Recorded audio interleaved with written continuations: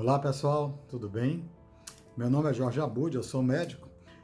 Hoje eu queria falar um pouco sobre obesidade, que é uma epidemia, infelizmente, no mundo e principalmente no Brasil, que estamos alcançando níveis alarmantes de obesidade.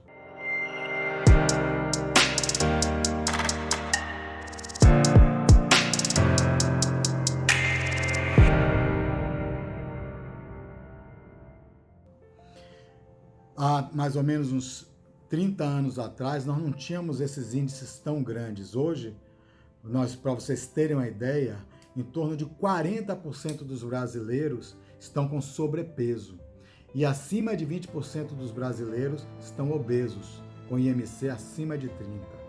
Isso é muito sério, porque nós sabemos como a obesidade traz comorbidades associadas a ela. Primeiro, a gente deve deixar bem claro que a obesidade é uma doença crônica. A obesidade não é uma coisa, não é um estado em que nós definimos a depender apenas do nosso estilo de vida, que você vai ou não ser gordo. Às vezes você tem um estilo de vida até adequado, mas você está acima do peso. Então a obesidade é uma doença crônica multifatorial e que ela acomete hoje muitos brasileiros. Agora, o que é que levou a obesidade chegar a essa situação que nós estamos vivendo hoje? Infelizmente, o nosso estilo de vida e como nós estamos nos alimentando nos últimos 20 anos. Isso é uma coisa que nós precisamos estar atentos, porque como a obesidade é uma doença multifatorial, qualquer ingrediente que nós ponhamos nessa panela, esse caldo vai determinar um processo de obesidade maior ou um processo de obesidade menor.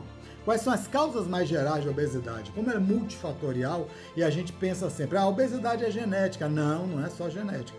Você precisa ter, ou é importante que você tenha o fator genético associado. Tem muitos genes hoje conhecidos associados à obesidade. O mais conhecido deles é o gene FTO. Mas outros genes estão associados e eles influenciam muito. Mas o gene só não basta. Para que o gene possa aparecer sua característica fenotípica, é preciso que haja um gatilho. E quais são os gatilhos que ajudam nisso? Um dos mais comuns e mais conhecidos gatilhos é a alimentação inadequada. Outro gatilho é um processo infeccioso. Hoje já se sabe que alguns vírus podem causar obesidade. Curioso, né? O adenovírus 35-37, eles são fatores que podem deflagrar a obesidade. Bem curioso.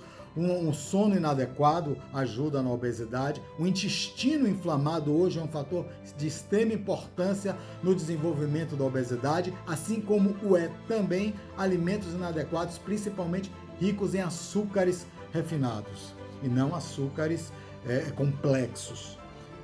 Esses fatores que eu mencionei, além de outros mais, como ondas eletromagnéticas, como antibióticos, como anti-inflamatórios, todos eles associados fazem com que nossos genes se modifiquem por influência epigenética e a obesidade vá se desenvolvendo lentamente. E o problema é que a obesidade é uma doença que ela se auto-perpetua.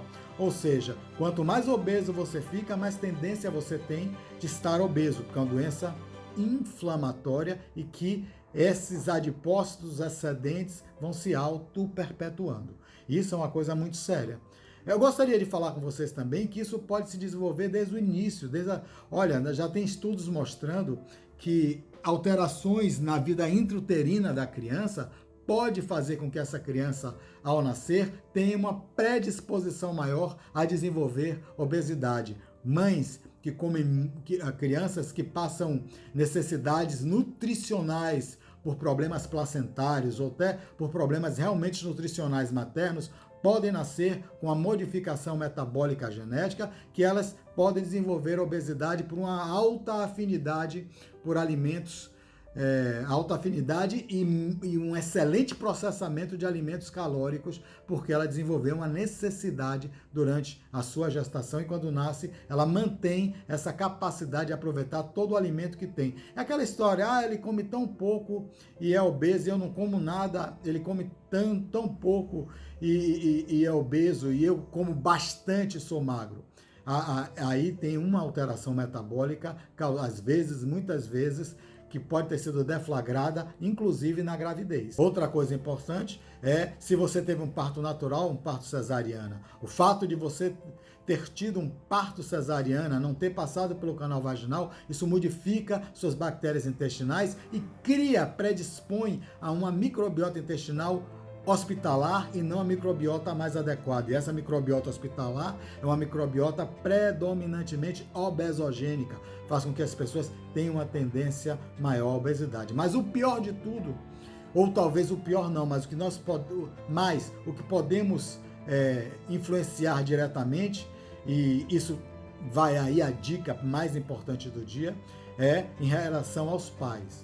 É claro, se as crianças se desenvolvem num ambiente obesogênico, um ambiente de comidas inadequadas, elas vão se tornar adultos obesos. E na hora que a criança está com aquele prato adequado de comida, com arroz, feijão, salada, bife, come uma determinada quantidade, diz ao pai e à mãe, estou satisfeito, o ideal é que não force essa criança a comer mais. O fato de forçar essa criança a comer mais e ela começar a comer uma quantidade maior de alimento do que o seu apetite demanda, isso vai desenvolver um ganho de peso, vai desenvolver um novo reset no hipotálamo da criança e ele vai começar a reconhecer aquele novo peso, a criança um pouco mais gordinha, como o peso correto da criança. Ela vai terminar mantendo isso por uma boa parte da infância. Então não é salutar estimular as crianças a comerem além do apetite delas. É salutar sim, você dá o exemplo,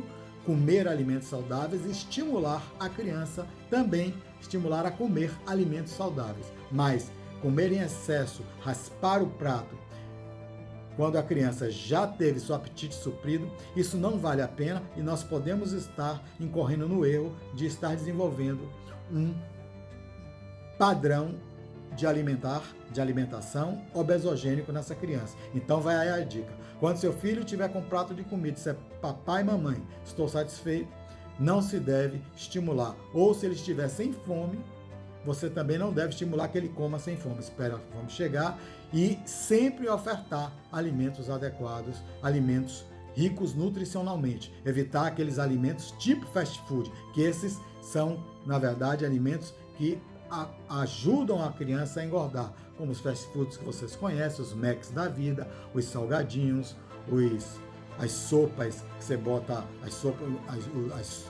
as massas instantâneas, como Nissin Miojo, os achocolatados da vida, tá bom? Essa é a dica que eu dou aos pais. Não estimule que a criança coma além da sua necessidade, porque pode desenvolver um padrão obesogênico nas nossas crianças. Tá bom? Um abraço a todos.